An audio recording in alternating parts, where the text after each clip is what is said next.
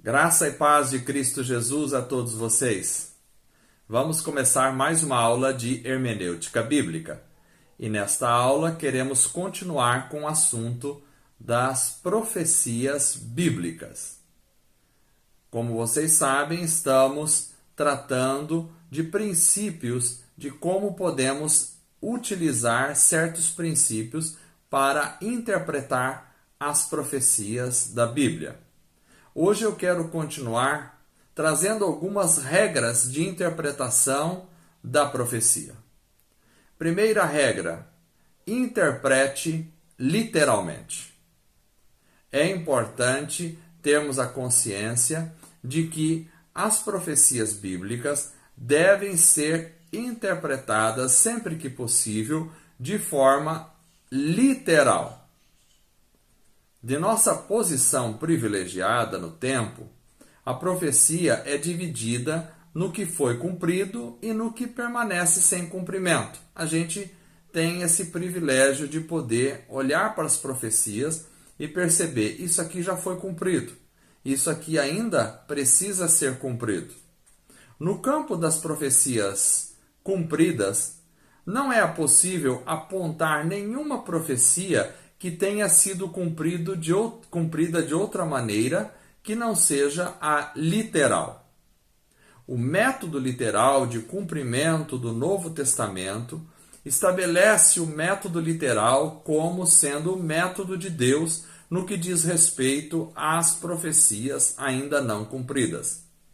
Se todas as profecias que foram feitas no Antigo Testamento, que foram cumpridas no Novo Testamento, foram cumpridas de forma literal, então isso nos mostra que olhar para o cumprimento das profecias sempre deve ser com uma ótica da literalidade do cumprimento. Segunda regra importante: interprete sempre conforme a harmonia da profecia.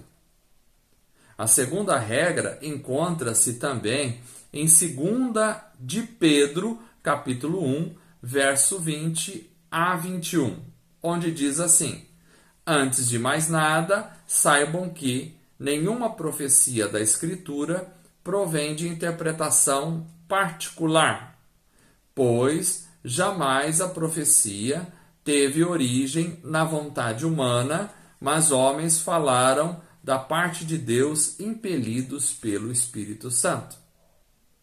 Então o texto de 2 de Pedro 1, 20 e 21 nos afirma que nenhuma profecia provém de particular elucidação. A profecia deve então ser interpretada não isoladamente, mas em harmonia com o todo do plano profético de Deus. Isso exige, com certeza, um estudo cuidadoso não apenas dos temas genéricos da profecia, mas também de todas as passagens relacionadas a qualquer tema, a fim de que se alcance uma visão harmônica, já que uma predição muitas vezes ilumina a outra. Isso significa que, quando vamos interpretar uma profecia, não podemos interpretá-la isoladamente. Se a profecia trata de tal temática, por exemplo, a volta de Jesus, precisamos então relacionar esta profecia com todas as outras profecias que tratam do mesmo tema, para termos uma compreensão mais completa. Terceira regra: observe a perspectiva da profecia. Acontecimentos que possuem algum relacionamento mútuo e fazem parte de um plano ou um acontecimento que tipifica outro, de modo que haja dupla referência, podem ser reunidos numa profecia, apesar de muito diferentes em seu cumprimento. Ou seja, preciso olhar e entender que, muitas vezes, a profecia possui uma dupla referência. Ela tem um cumprimento agora, e tem um cumprimento mais amplo, mais completo futuro. Certos acontecimentos futuros são considerados muitas vezes agrupadamente em uma área de visão limitada na profecia, apesar de estarem realmente a diferentes distâncias um do outro muitas vezes. É o caso, sobretudo, no que diz respeito aos chamados profetas maiores, cujas profecias sobre o cativeiro babilônico, os acontecimentos do dia do Senhor, que são para o futuro, o retorno da Babilônia, a dispersão mundial dos judeus e o seu futuro agrupamento de todos os cantos da terra, muitas vezes são agrupadas aparentemente de forma quase indiscriminada e muitas vezes numa única profecia. Então, às vezes, você tem uma profecia nos profetas maiores, por exemplo, em Daniel, que na mesma profecia ele está falando de elementos que se cumpririam poucos anos depois, mas a mesma profecia versa sobre realidades de um futuro distante para Israel e de um futuro distante para a igreja. Então precisamos ter uma perspicácia para observar assuntos desta forma, porque a profecia muitas vezes é dada de forma, vamos dizer assim, misturada, numa mesma profecia. Quarta regra: observe os relacionamentos de tempo. Acontecimentos muito distantes na época de seu cumprimento podem ser tratados dentro de uma única profecia. É o que dissemos agora há pouco. É o caso, sobretudo, das profecias a respeito de Cristo, em que acontecimentos do primeiro e do segundo advento de Cristo são mencionados conjuntamente como se ocorressem ao mesmo tempo. Então você tem nas profecias a respeito de Jesus elementos que vão se cumprir, ainda que não se cumpriram, e elementos que já se cumpriram, mas eles estão juntos numa mesma profecia e dão a impressão que vão ser cumpridos ao mesmo tempo.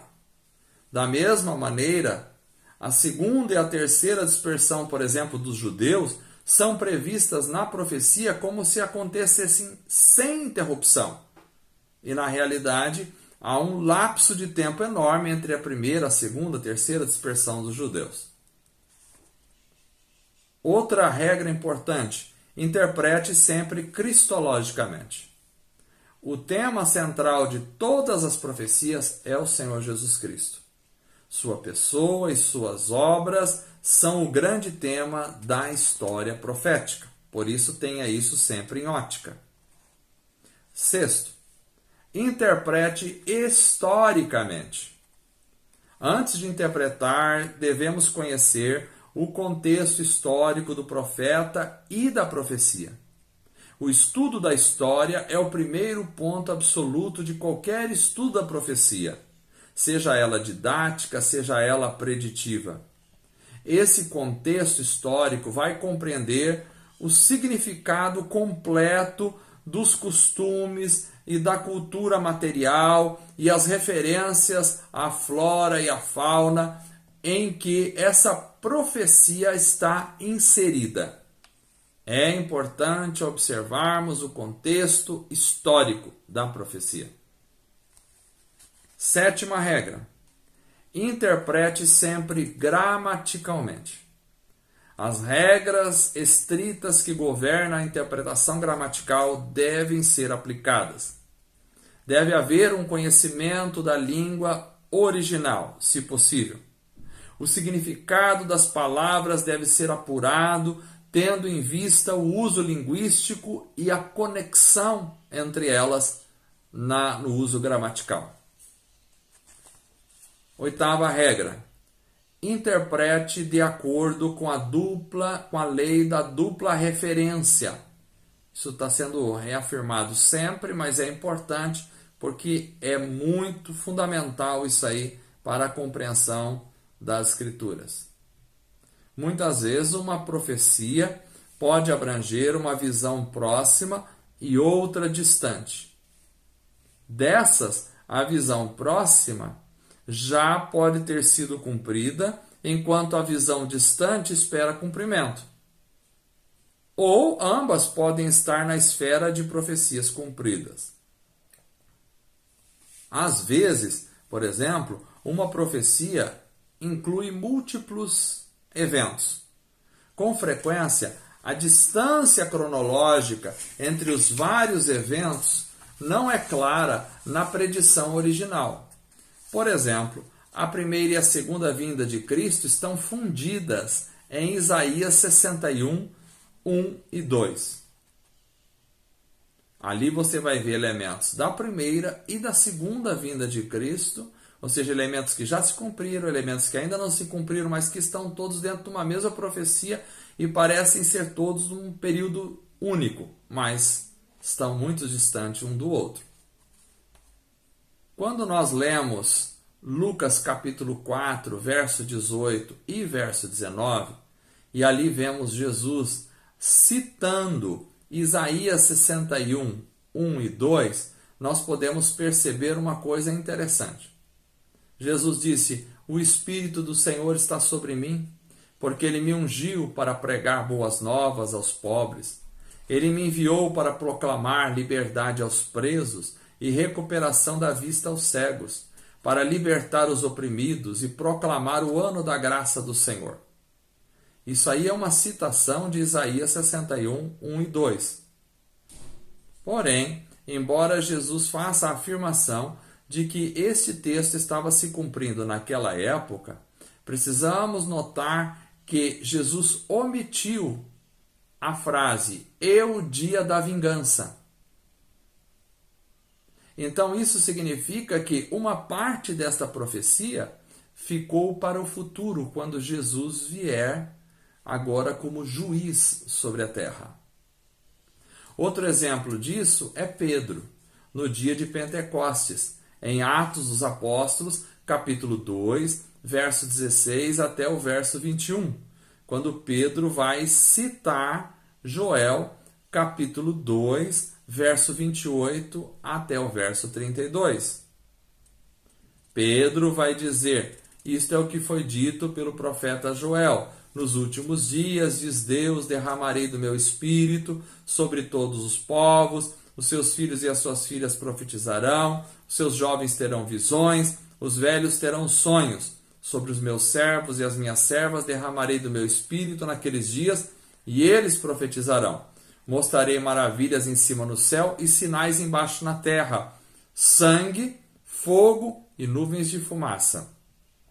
O sol se tornará em trevas e a lua em sangue, antes que venha o grande e glorioso dia do Senhor. E todo aquele que invocar o nome do Senhor será salvo." É interessante observarmos que Joel, citando essa profecia, ele coloca todos esses elementos. Só que na realidade, o que se cumpriu ali foi o derramamento do Espírito. Porém, ao que parece, o sol se tornando em trevas, sangue, fogo, nuvens de fumaça, isso são elementos que se referem ao dia do Senhor, ou seja, o dia da vingança do Senhor sobre a terra, que ainda não aconteceu, mas acontecerá na tribulação que virá sobre a terra. Então é importante termos essa percepção ao lermos as profecias bíblicas. Em Mateus capítulo 24, por exemplo, Jesus faz uma série de profecias que, a meu ver, estão todas misturadas. Ele fala de eventos que estariam muito próximos, como a destruição do templo no ano 70 pelos romanos. Ele fala em eventos como a dispersão dos judeus, que seria ali no primeiro século, um pouco mais para frente. Depois ele fala na mesma profecia de eventos que ainda não aconteceram, que vão acontecer no período da grande tribulação sobre a terra. Mas tudo está misturado numa mesma profecia, dando a impressão que são todos eventos do mesmo tempo. Precisamos aprender a olhar para a profecia assim como o povo de Israel olhava, ou seja, assim como o profeta olhava. Elementos todos distantes uns dos outros vistos juntos. no mesmo momento. Outra regra importante de uma interpretação profética é que nós devemos interpretar coerentemente. É impossível misturar os métodos de interpretação no campo da profecia. Um método deve ser adotado e usado do começo ao fim. O problema da interpretação de profecias é um problema de perseverança. À medida que não perseveramos na aplicação dos princípios hermenêuticos, nós erramos nas conclusões e interpretações. Então, creio que estas regras de interpretação das profecias devem ter ficado claras para todos nós. Precisamos interpretar sempre que possível literalmente, interpretar conforme a harmonia da profecia, observar a perspectiva da profecia, observar o relacionamento de tempo que existe na profecia, interpretar ela cronologicamente, cristologicamente, historicamente, gramaticalmente. Precisamos interpretar de acordo com a lei da dupla referência, entendendo que uma mesma profecia pode ter duplo, triplo cumprimento na história e que esses cumprimentos podem estar muito distantes uns dos outros. E, por fim, interpretarmos coerentemente. Espero ter ajudado com esta aula. Sei que este assunto da profecia bíblica e da interpretação da profecia é um assunto vastíssimo, que daria uma série de estudos só neste assunto. Que Deus os abençoe e até a próxima aula, se Deus quiser.